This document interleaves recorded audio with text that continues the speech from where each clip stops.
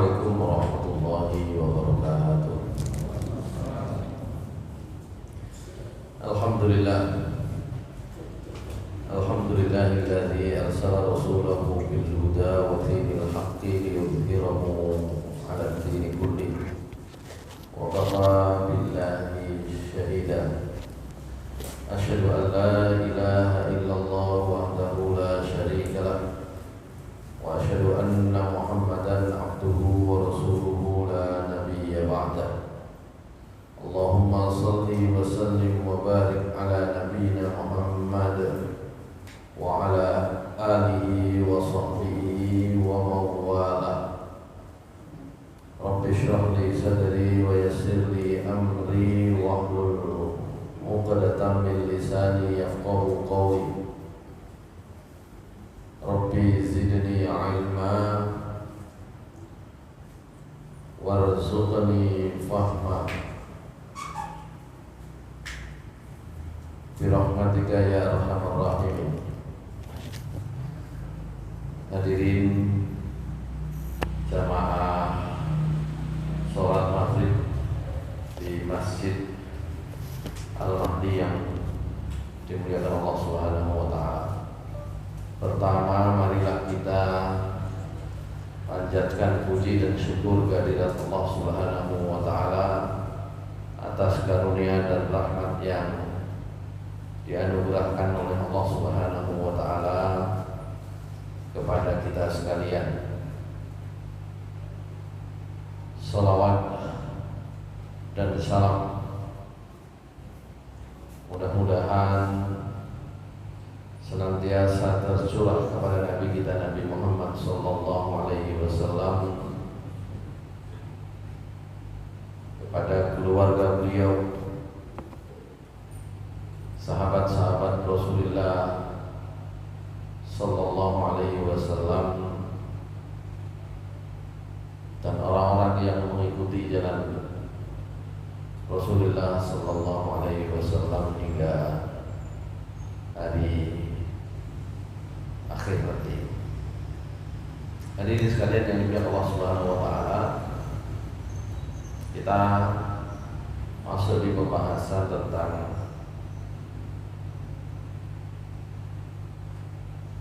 mereka-mereka yang orang-orang yang disebut sebagai mustahik zakat, atau kita masuk pembahasan tentang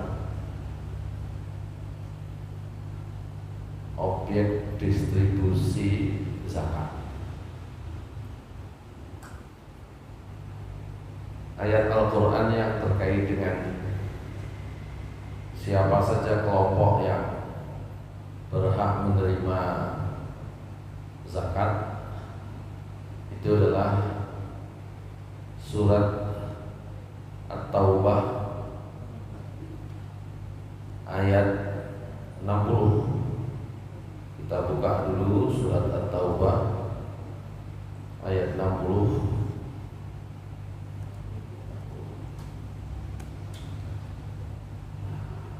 Kita ketemu.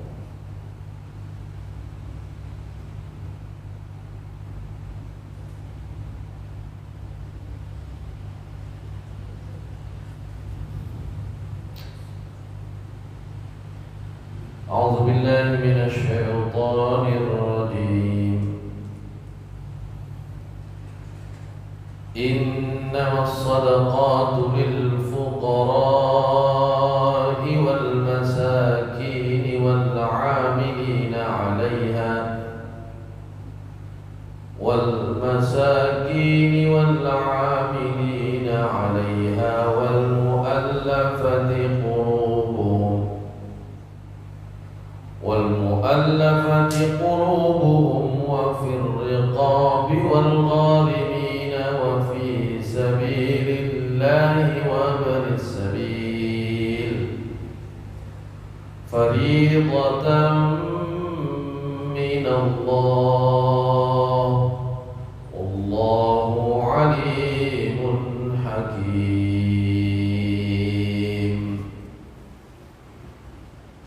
Sadaqallahul adzim.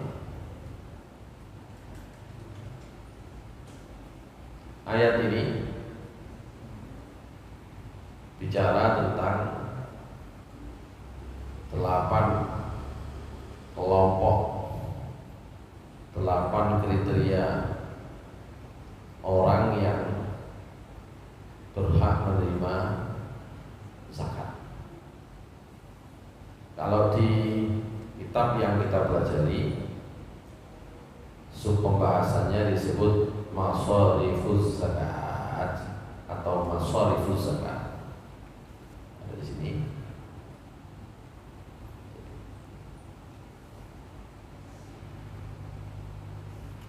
Masharifuz zakat.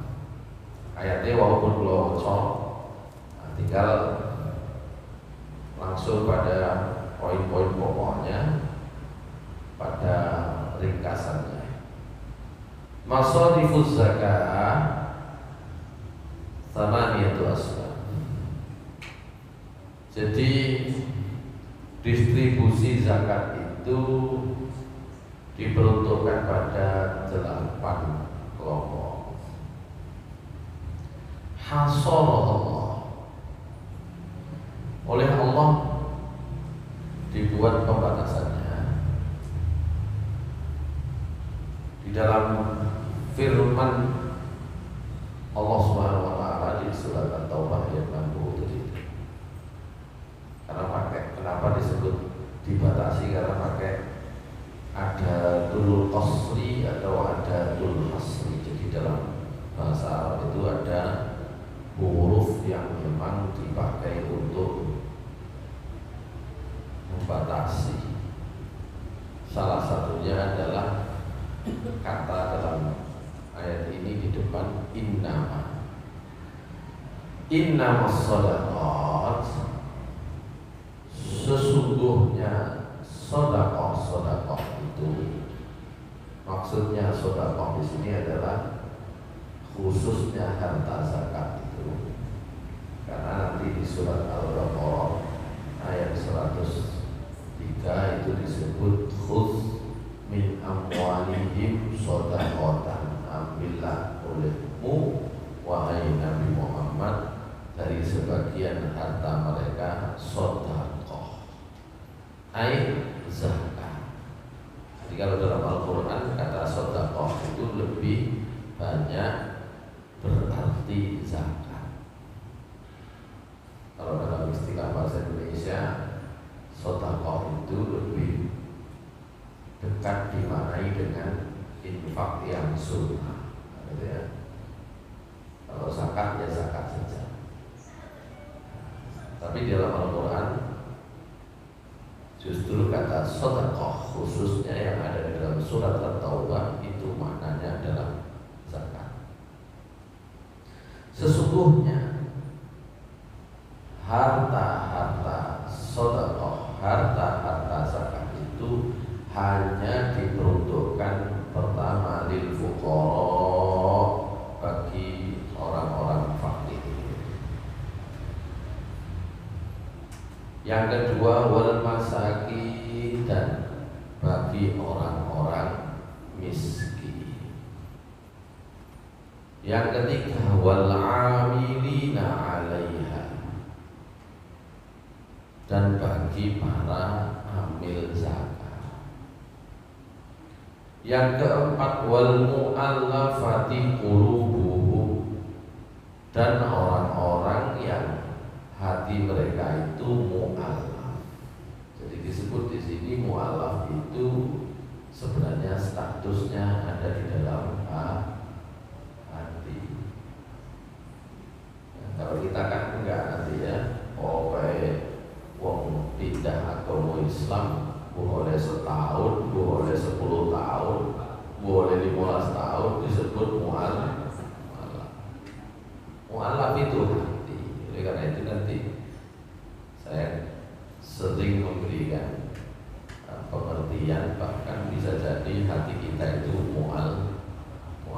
Masih jadi wong Islam wis kecil, gitu kan. Nanti ada pembahasannya sendiri siapa yang disebut mu'allaf gitu ya. Wa fir riqab, dan orang yang memerdekakan budak. Sekarang itu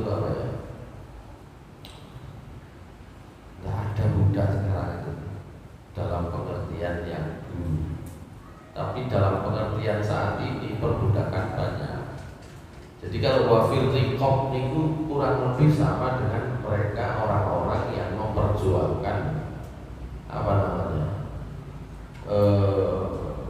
nasib korban trafficking dan jual beli manusia.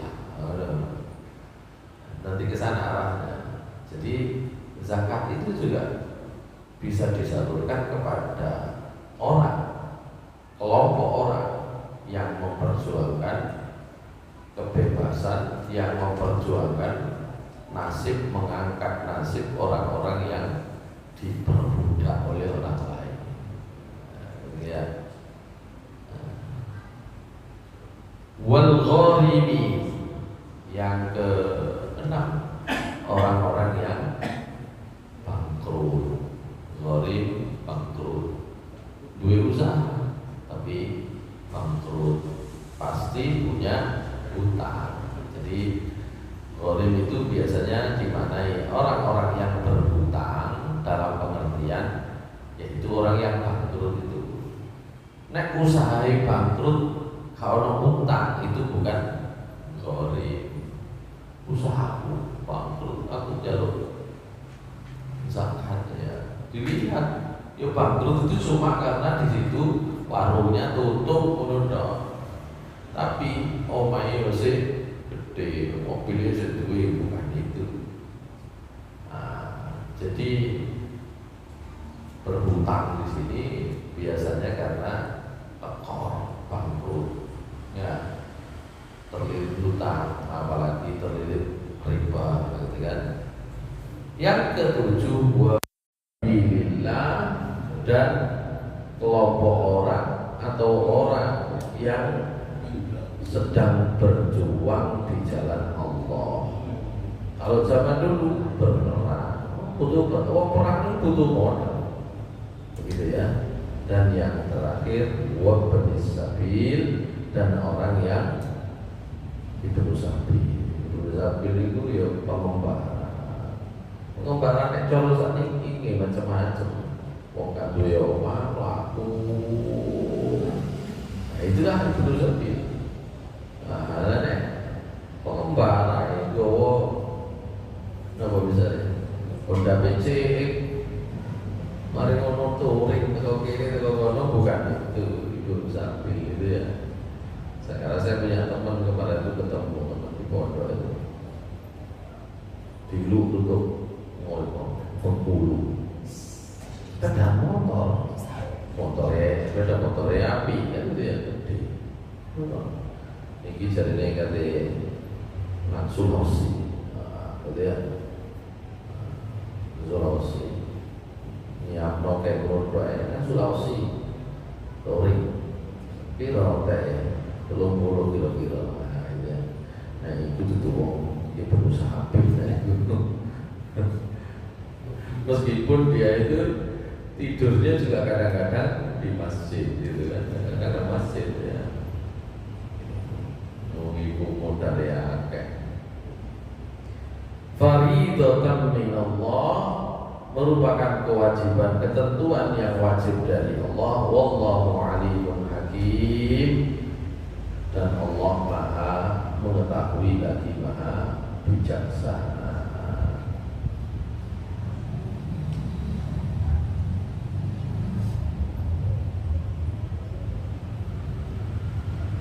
Nah, dalam sejarah Nabi Muhammad SAW menghadapi para sahabat, problem itu rupanya tidak sedikit muncul ketika sudah masuk bab zakat. Nek bab sholat selesai, rata-rata para sahabat itu untuk perkara sholat selesai. Makanya kita umat Islam itu kalau perkara sholat belum selesai, Allah saja belum pantas ngaku-ngaku itu ya sebagai umat mayoritas, karena kiri kanan kita yang nggak sholat itu ternyata banyak. Pada masa Rasulullah SAW problem sholat itu selesai, orang munafik sholat. Kedua, baru ketika masuk zakat bisa muncul persoalan-persoalan karena terkait dengan bab nomor segini bab 2 niku masih sholat gak sholat niku padha butuh nih sing sholat ya butuh duit sing gak sholat ya padha wae gitu. Sehingga dalam mengelola dana zakat pada masa Rasulullah SAW ada beberapa persoalan terkait dengan kriteria tadi itu. Karena itu di sini pertama dimunculkan riwayat an Ziyad bin Al-Haris As-Suddai qala ataitu Rasulullah sallallahu alaihi wasallam wa bayatuhu. Saya pernah, kata Ziyad bin Haris, mendatangi Rasulullah SAW, fabayatuhu, saya berbaiat bersumpah setia kepada beliau. Jadi dulu itu kalau baiat maka itu menjadi pintu masuk semua yang menjadi kewajiban yang diberikan oleh Rasulullah SAW itu harus dipenuhi, terutama dalam 2 perkara. Itu tadi, kalau bab sholat selesai, kalau bab puasa juga selesai karena itu pribadi sekali. Tapi kalau 2 hal ini, ya, itu biasanya tidak mudah karena ini terkait dengan kehidupan muamalah dan kehidupan sosial. Apa itu? Yang pertama adalah bab jihad, yang kedua adalah bab zakat. Makanya kalau ada di sekitar kita, misalnya kelompok masyarakat atau kelompok umat Islam yang sampai membaiat, misalnya staf baiat, nah, misalnya anggotanya itu biasanya adalah untuk memelihara komitmen, menjaga ikatan dalam hal apa? Khususnya adalah dalam hal membayar zakat atau sedekah dikumpul. Nah, kalau panjenengan sedekah atau zakat itu sifatnya sukarela, nggak perlu bayar, nggak perlu bayar. Ya. Coba mana sing ini memakai bayar untuk mengikat komitmen?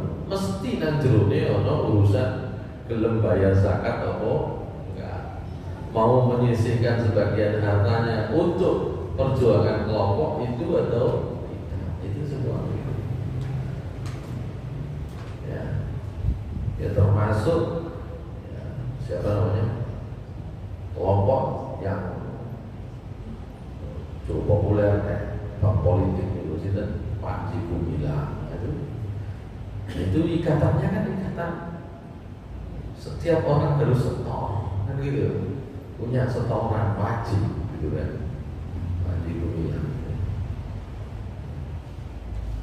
Maka dalam riwayat ini Ziyad bin Haris menceritakan, saya berbaiat, fa'ata Rasulun, kemudian tiba-tiba datang seorang laki-laki, faqala, dia bertanya kepada Rasulullah SAW, aktini minas sodaqah, wahai Rasulullah, kula niki sampean duwi apa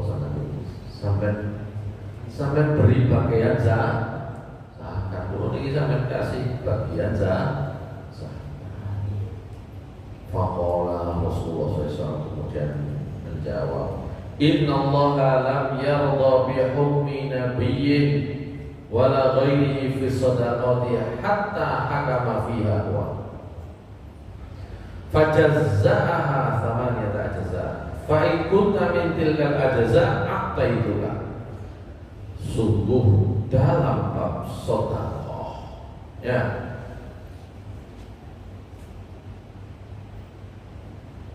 Allah Subhanahu wa taala itu tidak ridho ya memberikan kepada baik Nabi atau siapapun selain Nabi itu, hingga beliau itu hingga Allah itu kemudian menetapkan hukumnya. Jadi khusus untuk zakat, sing nerimo zakat itu Allah nggak mau kok salah-salah. Karena itu Allah menetapkan kriterianya. Gitu kurang lebih bahasanya ya. Dan Allah membagi kelompok penerima zakat itu ada 8. Jika kamu memang termasuk dari 8 kelompok itu, saya akan berikan. Jadi nggak boleh salah. Ya. Maka ketika misalnya yang pertama dan kedua al-fuqara wal masakin, fakir dan miskin. Sinten fakir, sinten miskin. Biasanya fakir itu gimana itu? Wong gak duwe pegawaian sehingga tidak bisa memenuhi kebutuhan. Nek miskin, wong duwe pegawaian tapi tetap tidak bisa memenuhi kebutuhan dasar. Di sini dimaknai fakir dan miskin itu siapa? Humul muhtajun alladzina la yajiduna kifayatuhum. Orang-orang yang memang butuh karena tidak memiliki kifayah, tidak memiliki kemampuan memenuhi kebutuhan dasar. Wa yuqabiluhumul aghniya'ul makfiyuna ma yahtajuna ilaihi. Lawan fakir miskin itu adalah orang-orang kaya yang cukup untuk memenuhi kebutuhan mereka.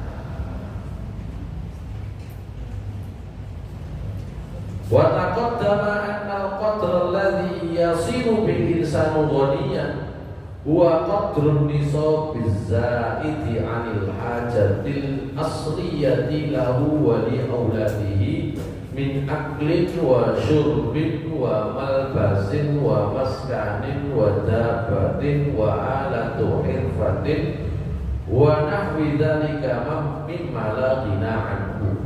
Fa kullu man adama hadzal qadru fa huwa faqirun yastahiqqu zakah. Sebelumnya sudah dibahas, rupanya kita lewati ya. Siapa yang disebut fakir, siapa yang disebut miskin, dan siapa yang disebut kaya. Ukuran untuk membuat seseorang itu masuk kategori kaya itu adalah orang yang memiliki kekayaan lebih dari kebutuhan dasar untuk dirinya maupun anak-anaknya. Misalnya wong limo, enggak, kebutuhan dasarnya nopo dalam satu keluarga. Jadi tidak dihitung per orang, tapi langsung dalam konteks keluarga.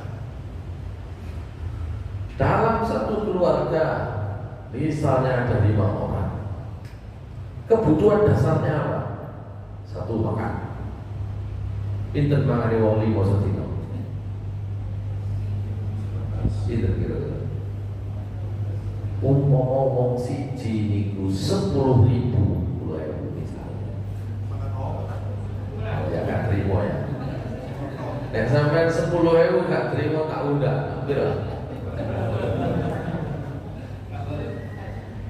Kenapa ini penting? Nanti saya bandingkan dengan kriterianya Badan Pusat Statistik. Kalau di sini satu mereka yang disebut maaf, kalau tidak masuk kaya dia miskin. Yang disebut kaya adalah orang yang punya harta lebih dari kebutuhan dasar. Saya ingin kebutuhan dasarnya makan. Wong 5 mangane wong siji berapa tadi? 20.000. Oh, kan gak terima sampai 10.000. Ya 20.000 2 kali makan lah wis ping 7 aja ping 3. Kok akeh.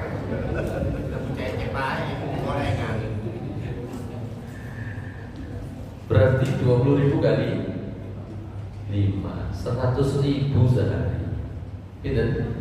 100.000 sehari. 100.000 100.000 sehari itu berarti kayak sebulan tidak?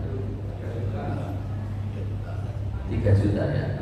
Berarti punya pemasukan 3 juta.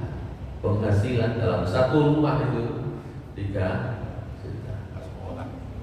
Si guru bahas belakangnya makan. Saya ingin bandingkan sehingga kadang-kadang kita itu bicara kriteria kemiskinan, angka kemiskinan turun itu tergantung kriteria, ya kan? Saya bukakan punyanya apa tadi? BPS. Oh ini, sebentar. Kriteria miskin BPS.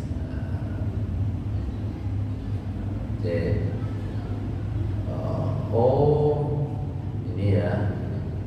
Oh rupanya di sini. Sebentar.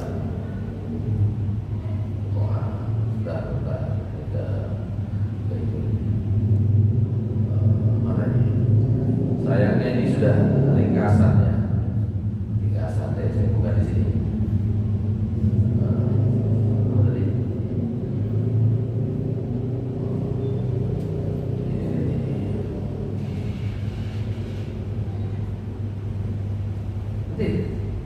Di sini kita tahu ternyata kemiskinan ini kalau dilihat dari sisi pendapatan, di sini bukan pendapat, pokoknya pengeluarannya kurang dari 500.000 rupiah per bulan. Berarti tidak sampai dua penghasilan dan sekaligus pengeluarannya itu sudah 1 juta per bulan gak miskin namanya. Itu mengapa kemudian ketika kita bicara kemiskinan itu bisa dipermainkan. Angka kemiskinan kita ini sudah turun ya sekian. Nah, gitu kan? Tapi kalau pas wae kampanye tiba-tiba mau akeh maneh.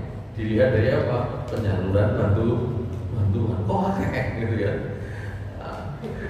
Iya. Nanti ketika masuk data asli yang miskin cuma 10% dari penduduk kita, piro 25 juta. Tapi ingin pas bantuan katanya pemilu iso 100 juta orang, kan gitu. Makanya kadang-kadang yang miskin itu tergantung sampai mendefinisikan gitu. Jadi nek maca berita ngoten niku pun kaget gitu ya. Ini di sini ada 14 kriteria. Sebentar, saya carikan 14 kriteria miskin. Ini menurut BPS. Ya, menurut standar BPS ini. Sumber penghasilan kepala rumah tangga. Ini bicara satu poin aja ya tentang penghasilan. Nanti yang lain-lainnya juga ada. Sumber penghasilan kepala rumah tangga, apakah buruh petani, apakah apa, itu pendapatan di bawah 600.000 per bulan.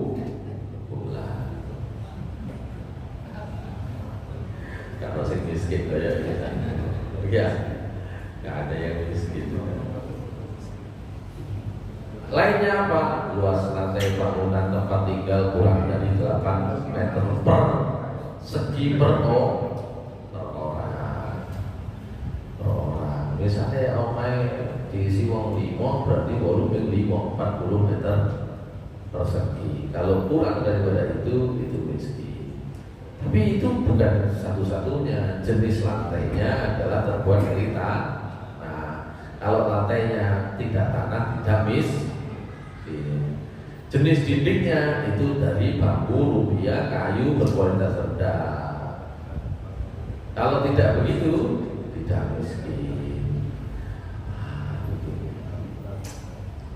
Diwakil sehingga angka kemiskinan terus turun. Itu nih makanya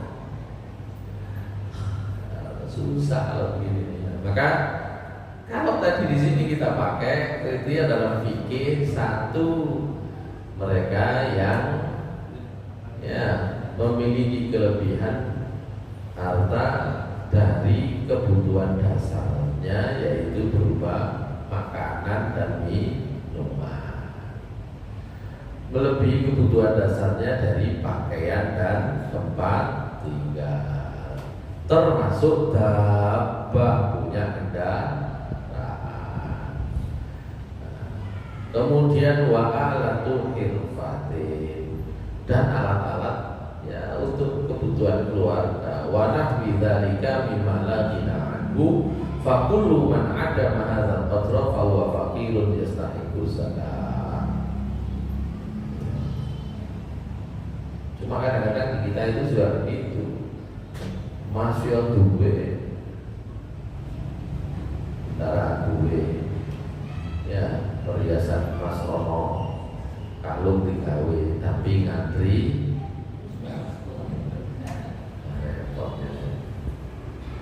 Maka Rasulullah SAW itu bersabda demikian.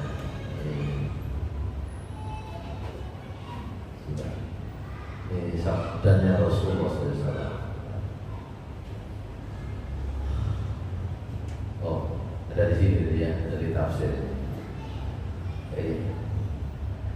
Jadi Rasulullah SAW itu sudah punya kriteria. Mana nih?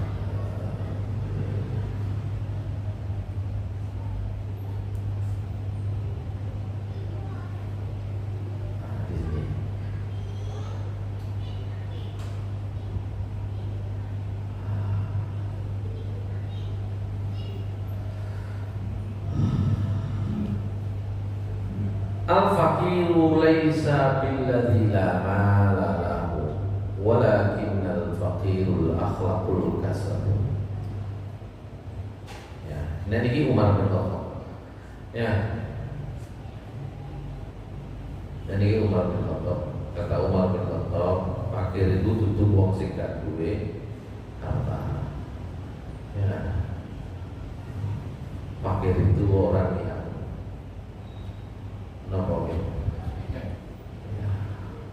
malas infak yang sesungguhnya. Oleh karena itu, dalam riwayat yang lain, Rasulullah SAW bukanlah orang miskin itu yang keliling minta-minta, bukan orang miskin. Dan saat ini jadi ini itu tidak ya. Tapi orang miskin itu orang yang memang membutuhkan, tapi dia tidak berani ngomong. Butuh tapi gak berani ngomong, itu sih miskin temenan. Saat jadi butuh tapi gak berani ngomong, itu miskin temenan. Nek keliling jalur itu mesti miskin. Suki ya. Alah sampean. Sampai grab setino biro. Makanya kalau di kita itu ada namanya lembaga dakwah khusus. Lembaga dakwah khusus itu mau mencari sasaran. Siapa ya yang kita jadikan sasaran dakwah kita, supaya kita bisa membina mereka, gitu ya, mengarahkan mereka. Yang tersinggung, ya orang yang tunawisma dan pengemis di pinggir jalan. Oh, keliru. Angel pembina mereka itu ompo selaran, gitu. Umur dikumpul no sedino, pertanyaannya ini ganti nih biro.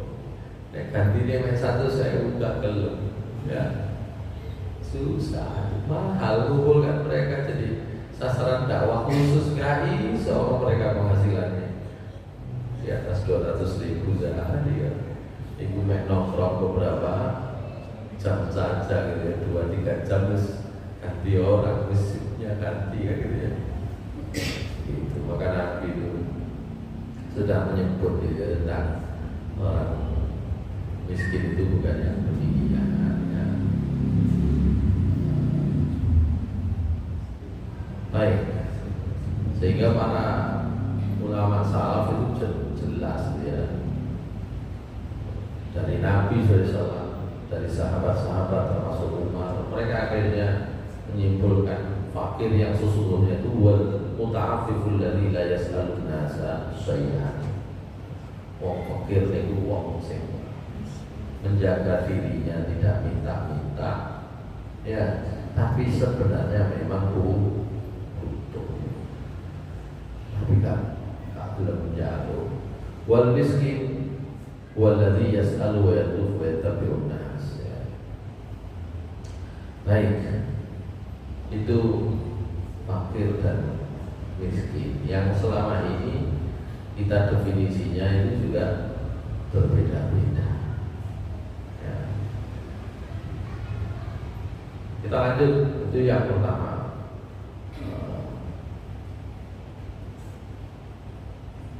Kalau punya harta lebih daripada itu disebut orang yang kaya.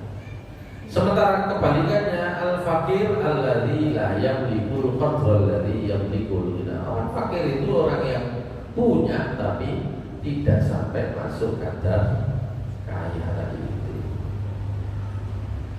Nopo enten beda nih fakir dan miskin. Kalau di sini disebut walaysa hunaka farqun bainal fuqara wal masakin fil ayah ma'al atfil muqtadal lil taghayyur la yunaqidu ma qulnahu fa innal masakin huwa hum ismun minal fuqara lahum wasfun khassun bihim wa hadha kafin fil mughayyarah faqad jaa fil hadits ma yadullu ala anna al masakin humul fuqara alladzina yata'affafuna 'anis su'al.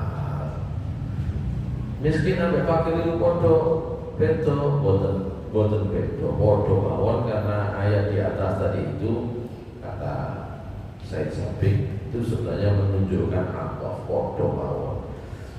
Di dalam hadis dalam sabda Rasulullah SAW, ya, indikasinya jelas bahwa orang miskin itu adalah yang fakir, artinya gak duwe, tapi ya ta'afafuna 'anis su'al, tapi gak gelem jaluk-jaluk.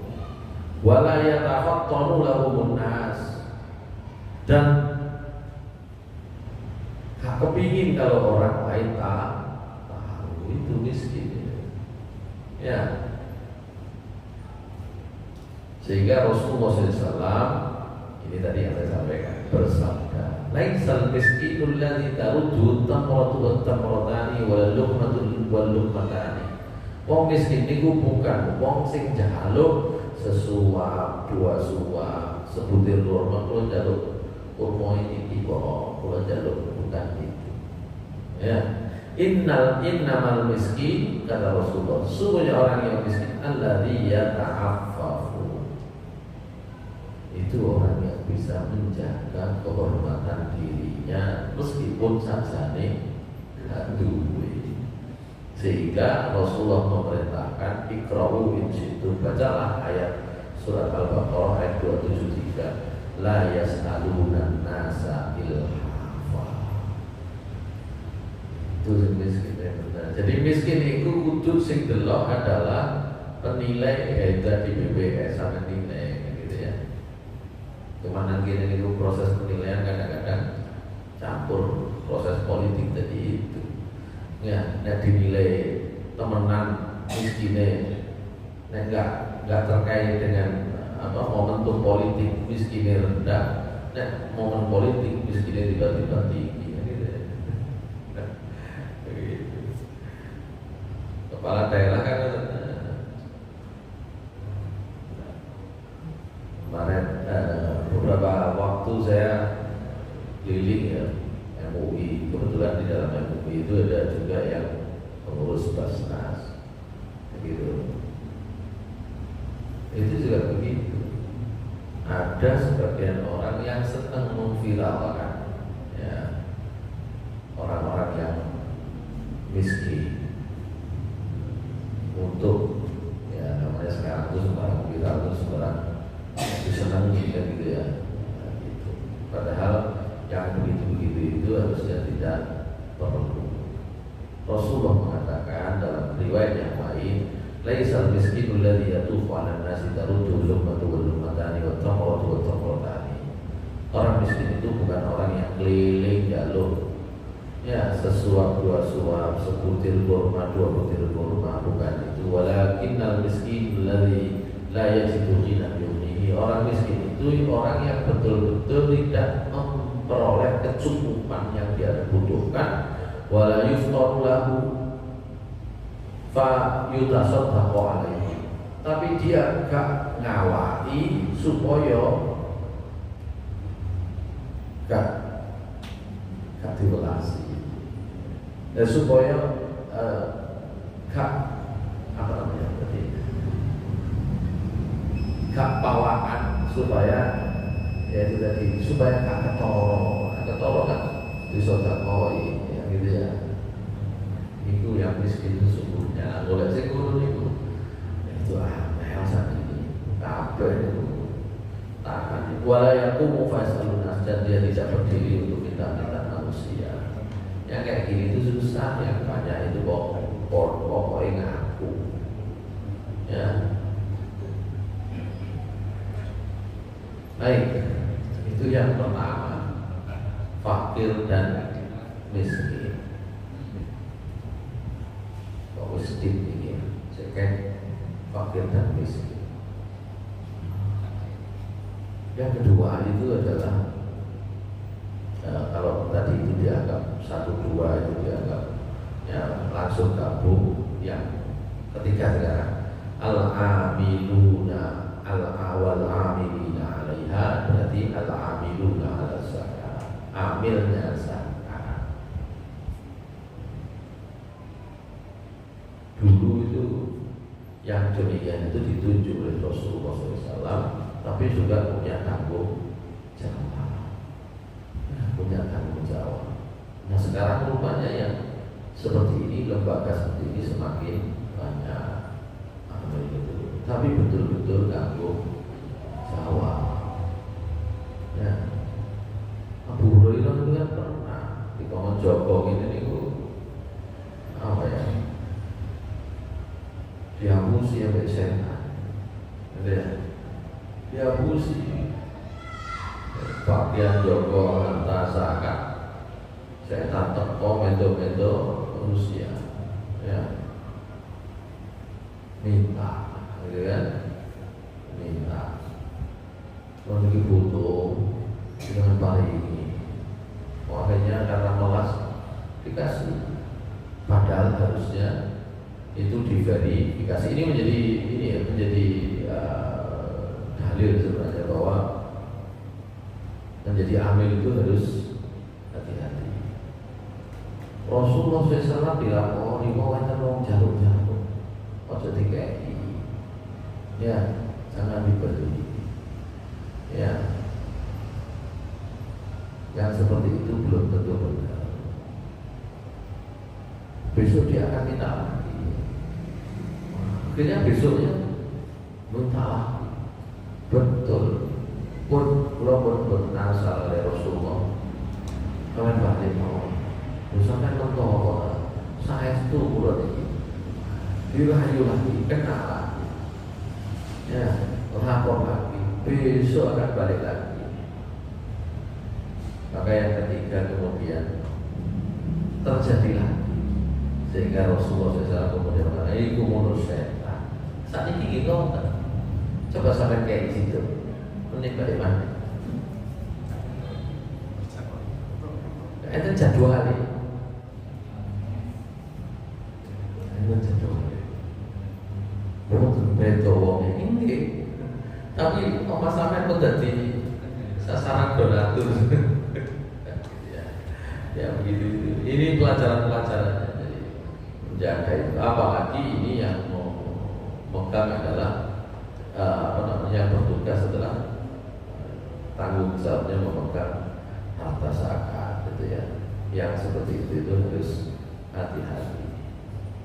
Nah, karena memang tugasnya berat, al-amiluna ala zakat itu berat, maka dia punya hak untuk memperoleh sebagian harta zakat tersebut sebagai imbalannya.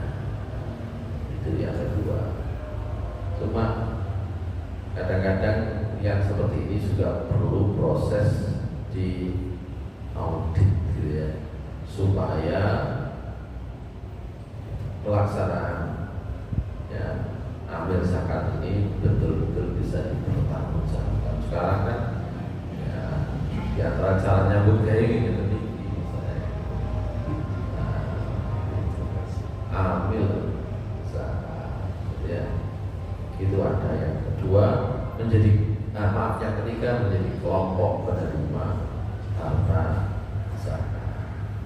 Wah, dari itu tuh mu'alaf tadi ada sendiri ya, mu'alaf yang biasanya kita maknai mu'alafati qulubuhum itu baru masuk Islam, pindah agama ya. Ustaz Felix mu'alaf, Ustaz Bangun Samudra mu'alaf, itu kamu mu'alaf itu kawakan gitu ya.